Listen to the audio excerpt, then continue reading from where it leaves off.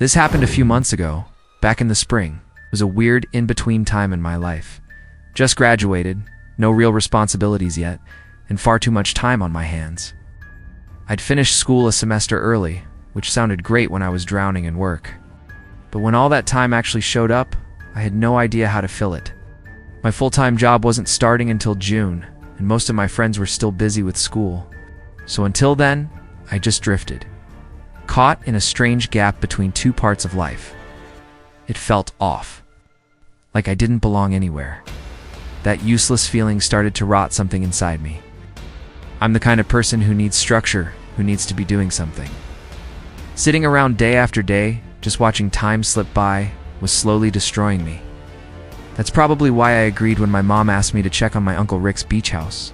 It seemed easy drive down to Rehoboth Beach, make sure nothing was leaking or falling apart, and do some quick maintenance so Rick wouldn't have to pay someone else.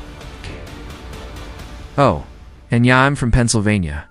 Rick's place is in Delaware, so it's just over 2 hours away. The house is huge, the kind meant to swallow up a whole family during summer. 25 of us packed in, playing games and drinking ourselves loud.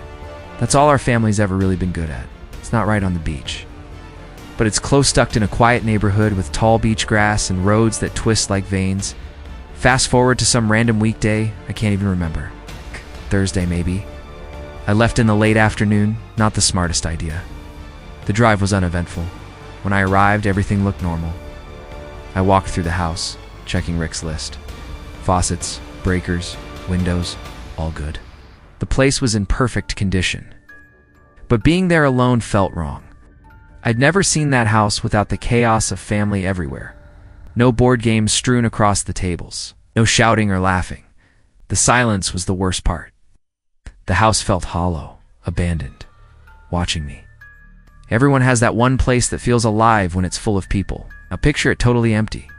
Quiet, lifeless, creepy, right? Anyway, night was creeping in, and I hate driving after dark. So I texted my mom that I'd just crash there and leave the next morning. She agreed and told me to thank Rick, which I did.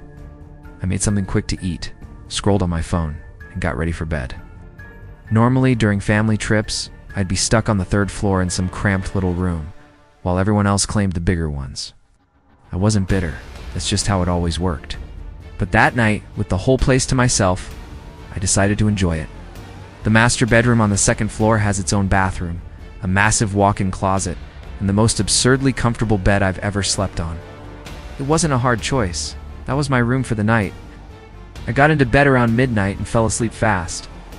I don't know what time it was when I woke up, just that something pulled me out of sleep. I felt groggy, but I was completely sure. I heard a sound from the closet, like something had shifted inside.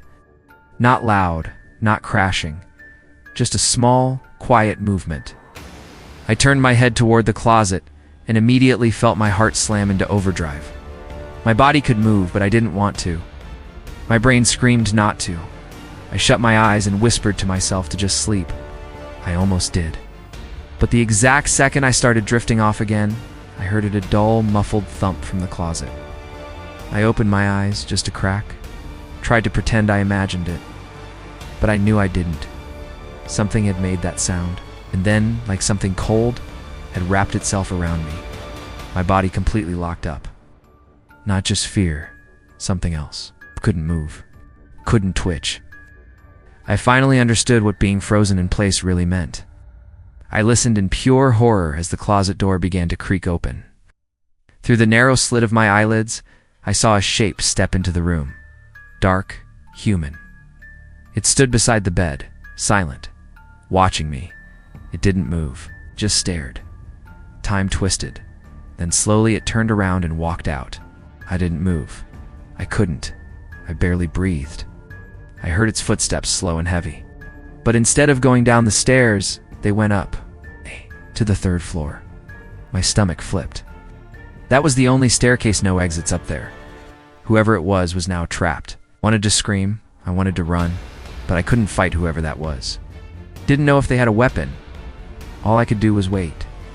After what felt like forever, I forced myself to break the paralysis. I reached for my phone, fingers trembling, whispered to the 911 dispatcher. that someone was inside the house. I slid out of bed and slowly turned the lock on the door. Then I waited. My time dragged. Finally, the flickering of red and blue lights filled the windows. I was shocked they came so fast.